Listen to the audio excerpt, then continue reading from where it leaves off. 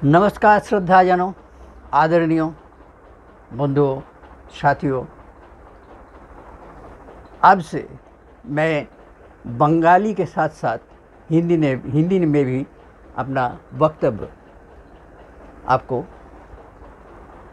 दूंगा या अपना वक्तव्य आपको मैंने बात है ये कि हम तो 76 साल मेरा उम्र है, तो बचपन से बांग्ला बोलते बोलते हिंदी उतना खास आता नहीं है।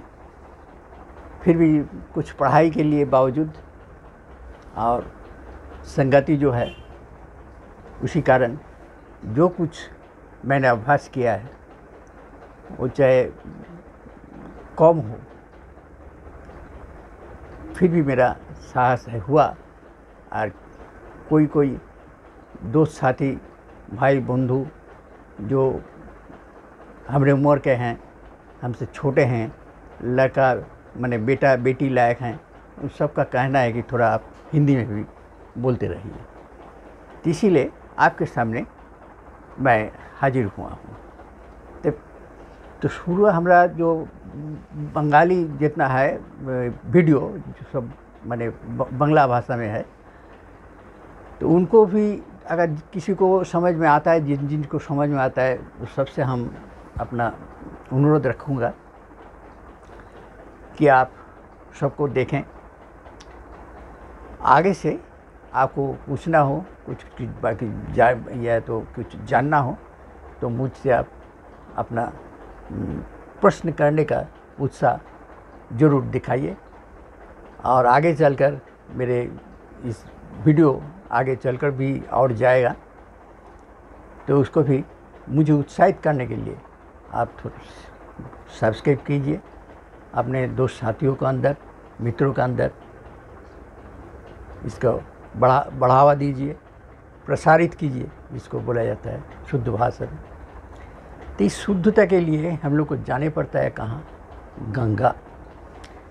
तो गंगा हम जानते हैं कि जहाँ नहाने से इसी चाहे नहाएं चाहे उसे स्पर्श करें, तब से हम पवित्र और शुद्ध हो जाते हैं। लेकिन हमारे शास्त्रों में इसका वर्णन कुछ अलग है, जो हम लोग को सभी को मालूम नहीं। कई एक आदमी को होता है, हुआ है, ये नहीं कहता है किसी को मालूम नहीं है, बात नहीं है। बात है तो नहीं किसी को मालूम है तो हम कहाँ से लिया, यही बात है। मैं तो स्वयंभू नहीं ना हूँ, स्वयंभू हूँ भी। स्वयंभू मतलब जिसका जो स्वयं जिसका उद्भेद होता है, स्वयं जो इस दुनिया में, इस पृथ्वी में, इस जगत में जो पहुँचता है उसी को स्वयंभू बोला जाता है। तो स्वयंभू वो शिव जो है, वो शिव अब कोई नहीं, हम ही हैं, हम ही स्वयंभू हैं। आस्ते आस्ते आगे चल कर आपको सबको समझाया जाएगा। हम जितने भी आपके पास हमारा ये आलोचना, चाहे वक्तव्य या चाहे विवरण, चाहे कुछ अर्थ बोलेंगे, सभी श्रद्धे मेरे माने मानस गुरु एक कबीर जी की है, कुछ तुलसीदास की भी है, महाभारत है, पुराण है, गीता है, विभिन्न पुराण, तो सबको थोड़ा थोड़ा चाहे पूरा जैसे भी हो निचोड़ कर आपको सामने मैं मैंने परोसूँगा, मैंने हाजिर करूँगा। यही मेरा अभी उत्साह है। तो आपका उत्साह भी ज़रूरी है कि इसको सुनना, इसको लेना और इस ज्ञान को अपने जीवन में प्रवाहित करना। तो मैं कहने जा रहा था कि ये गंगा जो है, इसको हम पवित्र और शुद्ध मानते हैं। जहाँ नहाने से, स्पर्श करने से चाहे उसके आसपास भी हम कोई रहेंगे, आसपास भी बोला गया है कि आसपास इतना दूर तक, इतना योजन तक कोई रहेगा तो भी शुद्ध और पवित्र हो जाएगा। इतना इसका महात्म्य है। तो ये जो गंगा, इसका उत्पत्ति के बारे में हमें बताना है, जो कुछ मेरे ज्ञान में है। तो कहानी है इसमें जो श्री राम को हम जानते हैं, उनके जो पूर्व पुरुष है दिलीप नाम का वो राजा, माने बहुत आगे का, तो उनका 2 स्त्री था, माने उसी माने पुरुष, उसका जो आगे वाला जो पुरुष है पूर्व पुरुष, तो वही कहानी वहीं से शुरू होती है। तो बात है,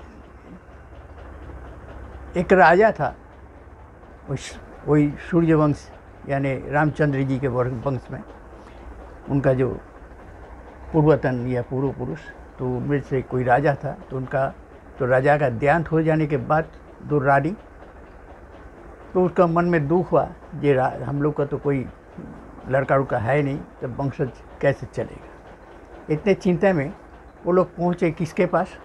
वशिष्ठ जी के पास।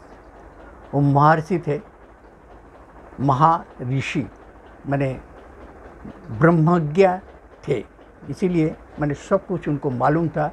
मैंने त्रिकालदर्शी जिसको बोला जाता है, तो त्रिकालदर्शी थे। तो इस वशिष्ठ जी के पास वो पहुँचे।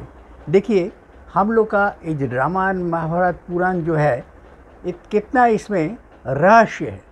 देखिए, वशिष्ठ बोला गया है, तो वशिष्ठ का अर्थ अगर हम निकलेंगे,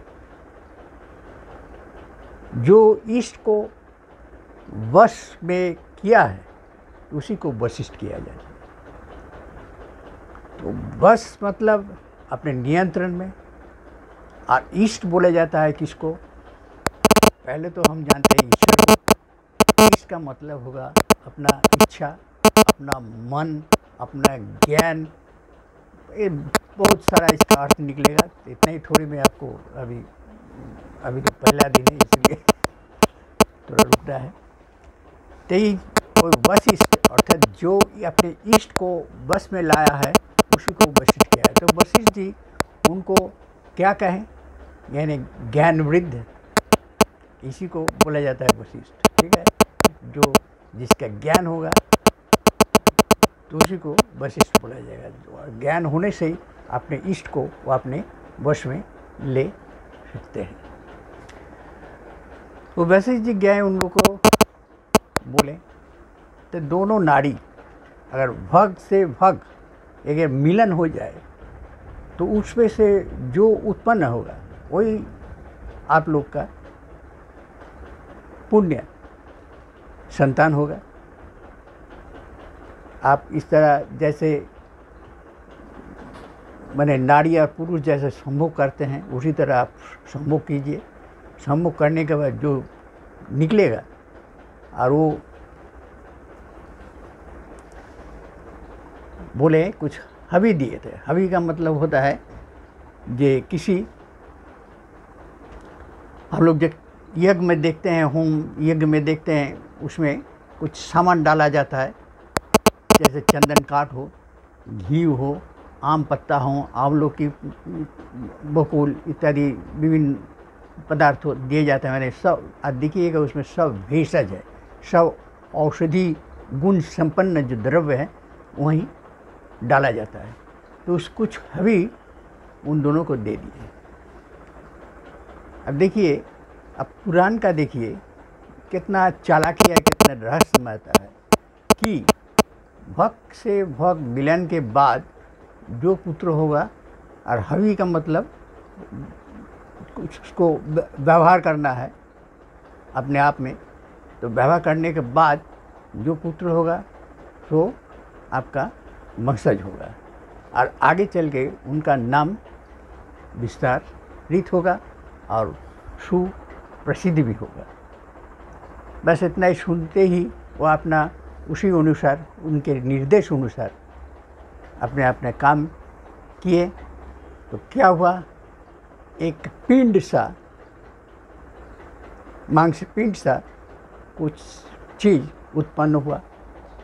तब जब आस्ते आस्ते दिन बीतता गया, अब दोनों रानी के मन में भी दुख है। आज जो पिंड आया है, माने संभूत हुआ है, माने इस पृथ्वी पर आया है, तो उसको क्या किया, उसको भी दुख है। तो एक दिन उसी तरह लुढ़कते आगे चलता जा रहा था। इतने में हम जानते हैं कि हमारे शास्त्र में अष्टावक्र मुनि थे, तो उनसे भेंट हो गया, योगायोग हो गया। तो अष्टावक्र मुनि उनका 8 जिस्म यानी 8 कद का 8 अंश टेढ़ा था, इसलिए अष्टावक्र, अष्टो वक्रो, 8 अंग वक्र टेढ़ा था, इसीलिए उनको अष्ट वक्र मुनि कहा जाता था। वेरी पावरफुल वो थे। ये भी है, बंगला में दिया हुआ है, देख लीजिएगा थोड़ा, नहीं तो आगे चलकर हम दे देंगे, अगर आप हमसे पूछिए तब नहीं देते रहेंगे और उसमें मिल जाए। लेकिन आपका अगर कुछ उत्साह रहेगा तो मुझे कोशिश कीजिए, अपना ये जो कमेंट बॉक्स है उसमें बोलिए। हाँ, आप हिंदी लिख सकते हैं, कोई बात नहीं। तो क्या हुआ, तो अष्टावक्र मुनि सोचे ये हमको व्यंग कर रहा है, परिहास कर रहा है। अरे कौन है तू? तो ऐसा अगर है, हमको ऐसे से लुढ़क के चलता है, हमको रिझाता है। अगर ऐसा तू ठीक से अगर यही दे वाला है, अच्छा टेढ़ा जो है अगर सही है तो ठीक है, अगर हमको परेशान करने के लिए हमसे व्यंग ये परिहास करता है तो तू अभी तुरंत भस्म हो जाएगा। और अगर टेढ़ा है, सही है, हमरा जैसा है, तो तू एक सुपुरुष रूप से प्रकाश हो जाए। तेई से उसी के वरदान से, बा इच्छा से, तो यहाँ भी बोला जाए ईस्ट से, तो ईस्ट मतलब इच्छा। तो इच्छा से क्या किया, वो सुपुरुष हो गए, बहुत सुंदर दिखने लायक। अब उनको सौंपा गया गंगा को ले आने के लिए। क्यों? उनका जो पूर्वज थे सगर राज, वो सगर राज हम लोग बंगाल में जो है, बंगाल में सगर मुनि का आश्रम रहा। तो जब तपस्या रत थे, अपने योग में मग्न थे, तब उनके 60,000 पुत्र, कोई दुष्कर्मकारी, दुष्कृति जिसको बोला जाता है, इसी तरह उनसे क्या किया, अपना व्यवहार दिया। तो सगर मुनि क्रुद्ध हो गए, तो उनको अभिशाप दिया, तो वहाँ भस्म हो गए। हाँ, उपाय बताया गया, अगर गंगा का पानी इसमें आ जाए, इसी के स्पर्श से ये सब राजपुत्र फिर अपने रूप लेंगे। तब वो भगीरथ को यही निर्देश दिया गया कि आपको तो गंगा ले आना है, अपने पूर्वज को उद्धारना है, आप जाइए। तो आगे चलकर वो अपना काम किया। अब देखिए, ये जो पुराण है, चाहे हम लोग का जो पूर्वज, ये जो वेद व्यास जिसको बोला जाता है, कि कितना इसमें दिमाग था। एक ये जो कहानी में हम लोग को फंसा कर, ये हमारा देह में इसी में है, ये 2 भग भी है, ये भगीरथ भी है, और ये गंगा भी मौजूद है। बताइए, तो इसको इतना एक कहानी के माध्यम से ऐसा हम लोग को बता दिया गया था, जो हम बहुत अचरज में पड़ गए, कुछ समस्या में, रहस्यमय में पड़ गए। आखिर बात क्या है, तो दिमाग से हम लोग को आता नहीं है।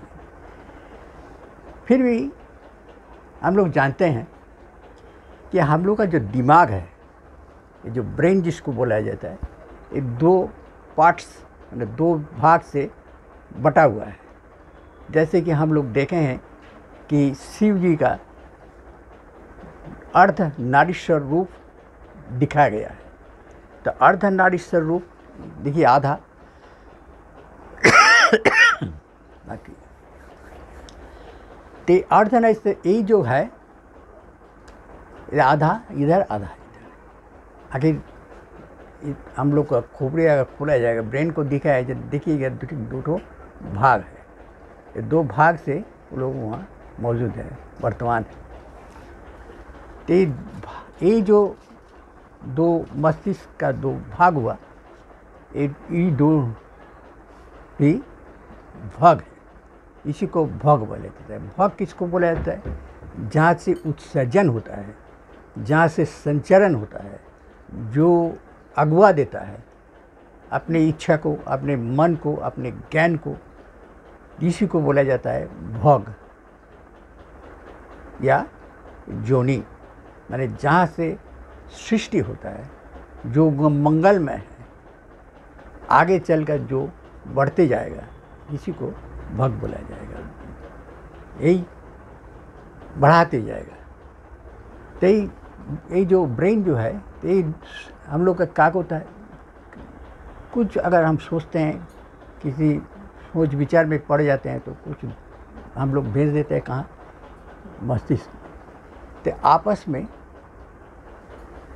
मिलता है लोग, और जो हवी जो बोला गया, तो कुछ हार्मोन यहाँ से निकलता है। तो हार्मोन के माध्यम से ये जो आज्ञा चक्र है, इसको ज्ञान चक्र भी बोला जाता है। तो यहाँ आकर हम लोग सोचते हैं। तो देखिएगा, आप कुछ सोचते होंगे तो पहले आपका मुँह, आँख जो है इस तरह मुँह, हाँ अरे यार सोचते हैं, अरे आइडिया मिल गया। तो मिल गया कब? जब दोनों को ये यहाँ मिलन हुआ। अरे धारा जो निकला, यही गंगा है, अर्थात ज्ञान रूप गंगा। तो ज्ञान हमें पता है कि गंगा, इनका 3 रूप है। ये ज्ञान रूप गंगा है, जो मन है, इच्छा है, वो भी गंगा है। और धरती पर माने पृथ्वी पर जो है, जो हुगली, भागीरथी, यही सब बोला जाता है, इनके इसी नामों से जो बोला जाता है, ये भी है, गंगा भी है।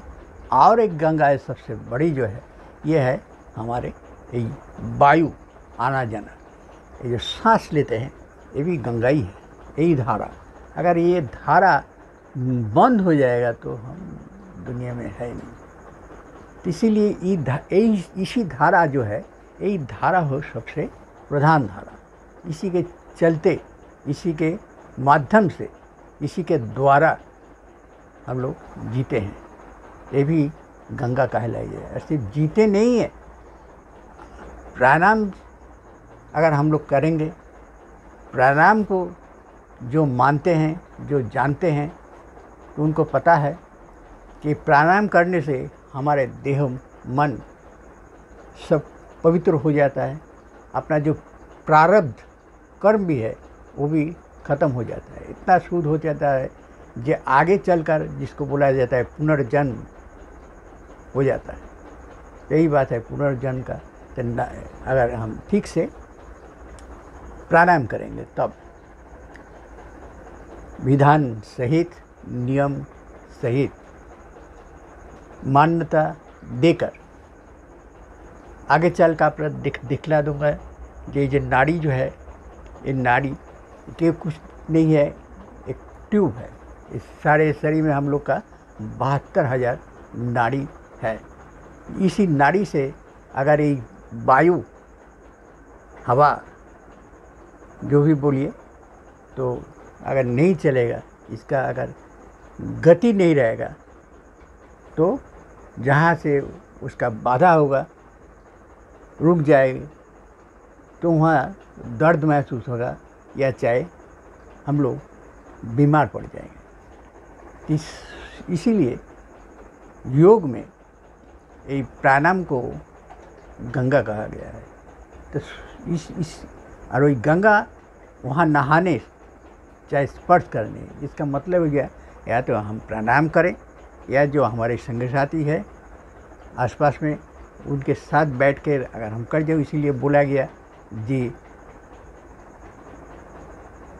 और उसका पास भी रहा जाए तो भी पवित्र और शुद्ध हो जाएगा। स्पर्श से, पास में रहने से इसका असर, इसका जो प्रभाव है, ये जो प्रभाव और प्रवाह, ये दोनों हमें काम में लाने होंगे, तभी हम शुद्ध हो जाएंगे, पवित्र हो जाएंगे। और क्यों कि हमें अच्छी तरह से जीना है, अपने जीवन को बिताना है, हमें ऊर्जा ले आना है